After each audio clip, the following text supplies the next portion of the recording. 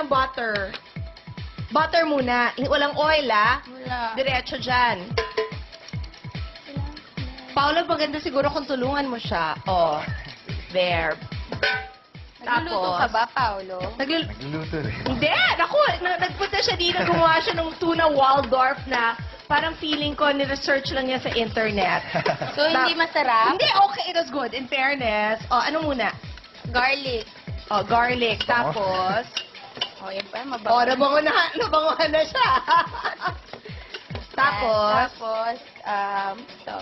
Luya. Sorry. Ang hotel nila, Hotel, pagbaba mo, sila. may mall.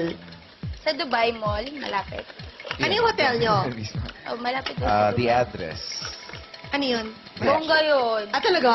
Oh, May kumain bongga kami daw doon. yun. Social. Go. Dami ko pang kailangan pag-aralan, ganyan. Tapos, parang sa dami ng mga nominado dun sa Gawad Urian, tapos magagaling pa. Bakit ako yung napili? So, parang gulat na gulat po talaga ako na pangalan ko yung tinawag. Ay. Sabi ko magkamay. Seryoso? Hindi naman. Pwede magkamay. Kaya lang kasi parang gusto ko i-try with the rice at sinabi mo sa rice siya masarap. Try mo na. Oh. Yung mga nag-attend si Alessandra De Rossi. Pero yan sarap. Kita mo, hindi. Hindi. True. Hindi dahil adapted pamangkin kita. Hindi. Masarap talaga siya. Sarap. Yan, sarap, di ba? Hindi, oh. Dahil sinabi mo na kailangan kamayin para ma-experience, tama ka. Masarap pa siya pag, yung, di ba may Sarap. mga chinap Kaya tanong na... ako, what if ang replacement natin dun sa cream gata? Pwede? Try mo, hindi ko po alam. Try ko. Oh, hindi, di ba? Baka eh. Baka po masarap din. I-try ko Ang sarap pa. Itong sauce mo, ang galing mo ha. Sarap, no? Or gutom tayong dalawa? Hindi, pero masarap talaga. naman. Sarap ako, Hindi. sarap.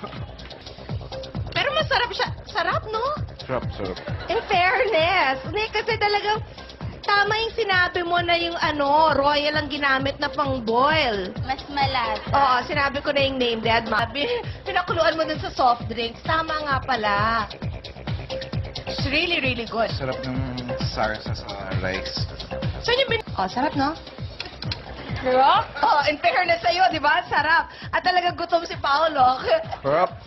Oo. Hindi, I'm sure, alam ko bakit tayo sarap na sarap. I'm sure ikaw din maingat ka sa pag-rice at yung sa mga masos na cream na ganyan. Kasi, di ba, sa TV lumalaki. I love eating portions on this show kasi may license akong kumain. Oh, sarap, no? Congrats sa'yo, ah. Fairness. Oh, magbabalik pa po ang Chris TV.